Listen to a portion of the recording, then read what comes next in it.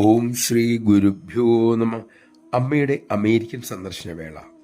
അമ്മയുടെ ചുറ്റും മക്കൾ. അമ്മ ഗുരുകാരുണ്യത്തെക്കുറിച്ച് അവരോട് സംസാരിക്കുകയായിരുന്നു. അപ്പോൾ ചെറിയൊരു ചാറ്റൽ മഴയും ഉണ്ടായിരുന്നു. അമ്മ പറഞ്ഞു, ശിഷ്യൻ ഗുരുവിൻ്റെ അരികിലെത്തുമ്പോൾ അവൻ പ്രാകൃതനും പരുക്കനും ഒക്കെ ആയിരിക്കും. പക്ഷെ ഗുരു അപാര കൃപയാൽ അതീവ ക്ഷമയോടെ ശിഷ്യനെ പത്തരമാറ്റ് തങ്കമാക്കി തീർക്കുന്നു. ഗുരുവിൻ്റെ കരുണ ഒന്നുകൊണ്ട് മാത്രമാണ് അത് സംഭവിക്കുന്നത്. അതിനായി ഗുരു സ്വയം തന്നെ ഹോമിക്കുകയും ചെയ്യുന്നു. ഈ സമയം മഴ തെല്ലി വർദ്ധിച്ചു. ഒരു ബ്രഹ്മചാരിണി കുടയുമായി അമ്മയ്ക്കരികിലെത്തി. അമ്മ പറഞ്ഞു, വേണ്ട മോളെ, അമ്മയുടെ മക്കൾ മഴ കൊള്ളുമ്പോൾ അമ്മയ്ക്കെന്തിനാ കുട? നമഃശിവായ.